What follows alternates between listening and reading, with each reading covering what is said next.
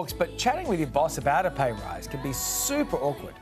The market rate for a new hire, for someone with my experience, year-over-year growth of my accounts alone, the additional responsibilities I've taken on, it's only fair that I be compensated accordingly. Give me money. Money me.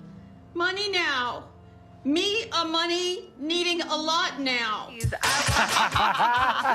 So right. So how can you negotiate your salary without it being a daunting experience? Let's bring in workplace expert Sue Elson from Melbourne. Morning, Sue. Hey, Sue. Hi. So talking salary expectations, you know, it can be tricky. How can an employee politely ask a potential employer what's on offer? Yes, well, you really need to do a little bit of research beforehand, and then you can politely suggest, I'd like to know more, by finding out all the details of what's on offer.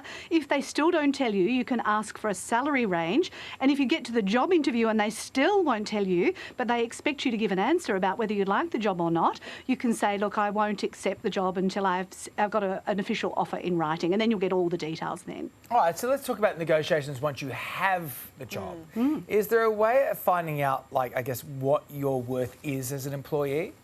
Absolutely. The Fair Work Ombudsman has a pay and conditions tool which will tell you the award that you might be under and the rates of pay for that. The myfuture.edu.au website also talks about, for each job, the salary ranges and the forecast for it.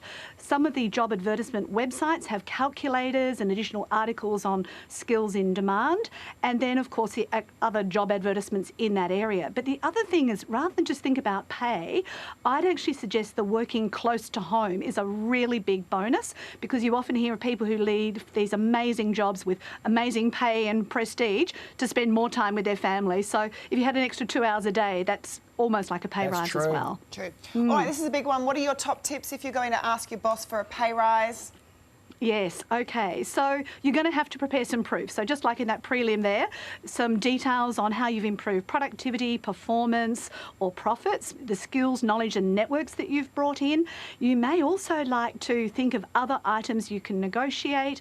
The Workplace Gender Equality Agency has a difficult conversations course that you could try. But also don't just think about asking for a pay rise. Why not thank your boss? And there was a person I met who prepared a beautiful thank you card with lots of notes from everybody saying how much they appreciated their boss, and they got the boss a small gift, and later that afternoon that person received a $1,000 bonus. Just like that. So just got to bribe him. You just got to, like, hurry up to the boss. But Say here's the thank thing, you. though. Having this conversation, it can end unhappily, because there's a thing called managing expectations that bosses know what to do. Like, oh, the company's going through some hard times at the moment. Now's not a good time to do this. So, I mean, if that happens, you walk out sort of a bit crestfallen. Are there ways to bring it up again later on? Well, you really need to find out what you need to achieve to be able to get that pay rise, potentially ask for a review in 3 months' time.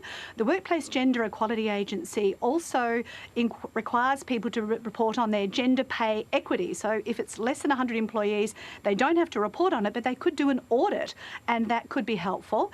And then another idea is to have a backup plan with those skills on demand go somewhere else, but try and get advocates within the organisation. So there was another person who was in their late 20s who wanted to do an electrician apprenticeship. Now, most of those opportunities are only available for people under 20. This person didn't feel comfortable asking for it, but somebody else in the organisation said this person needs to do it, and they got that opportunity. So sometimes somebody else can do the heavy lifting for you as well. Interesting. Right, taking notes. All right, Sue, always great to have you on. Thank you so much. Thanks, Sue. Thank you.